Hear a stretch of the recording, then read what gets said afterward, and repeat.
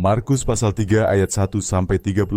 Kemudian Yesus masuk lagi ke rumah ibadat. Di situ ada seorang yang mati sebelah tangannya.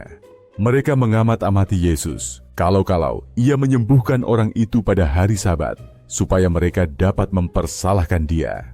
Kata Yesus kepada orang yang mati sebelah tangannya itu, "Mari, berdirilah di tengah." Kemudian katanya kepada mereka, "Manakah yang diperbolehkan pada hari Sabat, berbuat baik atau berbuat jahat, menyelamatkan nyawa orang atau membunuh orang?" Tetapi mereka itu diam saja.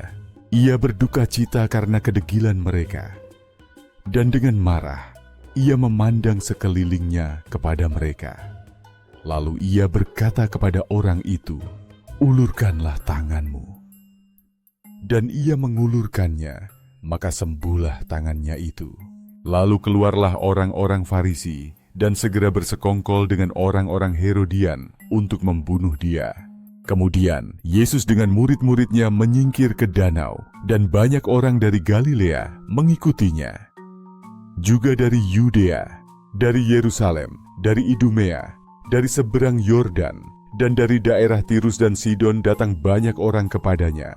Sesudah mereka mendengar segala yang dilakukannya, ia menyuruh murid-muridnya menyediakan sebuah perahu baginya karena orang banyak itu, supaya mereka jangan sampai menghimpitnya. Sebab ia menyembuhkan banyak orang, sehingga semua penderita penyakit berdesak-desakan kepadanya hendak menjamahnya.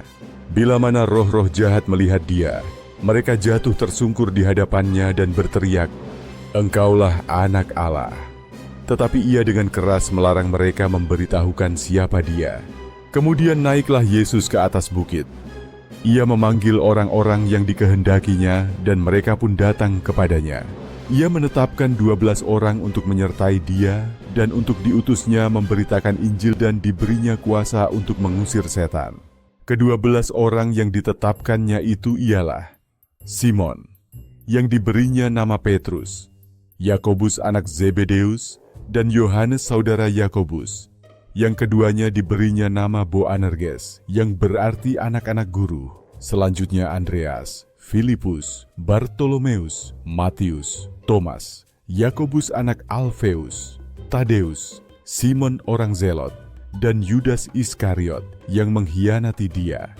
Kemudian Yesus masuk ke sebuah rumah, maka datanglah orang banyak berkerumun pula, sehingga makan pun mereka tidak dapat. Waktu kaum keluarganya mendengar hal itu, mereka datang hendak mengambil dia, sebab kata mereka, ia tidak waras lagi. Dan ahli-ahli Taurat yang datang dari Yerusalem berkata, ia kerasukan Beelzebul, dan dengan penghulu setan ia mengusir setan. Yesus memanggil mereka, lalu berkata kepada mereka dalam perumpamaan, bagaimana iblis dapat mengusir iblis? Kalau suatu kerajaan terpecah-pecah, kerajaan itu tidak dapat bertahan. Dan jika suatu rumah tangga terpecah-pecah, rumah tangga itu tidak dapat bertahan. Demikianlah juga kalau iblis berontak melawan dirinya sendiri, dan kalau ia terbagi-bagi, ia tidak dapat bertahan, melainkan sudahlah tiba kesudahannya. Tetapi tidak seorang pun dapat memasuki rumah seorang yang kuat untuk merampas harta bendanya apabila tidak diikatnya dahulu orang kuat itu. Sesudah itu barulah dapat ia merampok rumah itu. Aku berkata kepadamu, sesungguhnya semua dosa dan hujat anak-anak manusia akan diampuni, ya, semua hujat yang mereka ucapkan. Tetapi apabila seorang menghujat Roh Kudus, ia tidak mendapat ampun selama-lamanya, melainkan bersalah karena berbuat dosa kekal. Ia berkata demikian karena mereka katakan bahwa ia kerasukan roh jahat.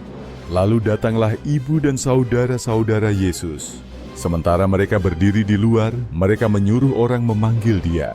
Ada orang banyak duduk mengelilingi dia. Mereka berkata kepadanya, lihat, ibu dan saudara-saudaramu ada di luar dan berusaha menemui engkau. Jawab Yesus kepada mereka, siapa ibuku dan siapa saudara-saudaraku? Ia melihat kepada orang-orang yang duduk di sekelilingnya itu dan berkata, ini ibuku dan saudara-saudaraku. Barang siapa melakukan kehendak Allah, dialah saudaraku laki-laki, dialah saudaraku perempuan, dialah ibuku.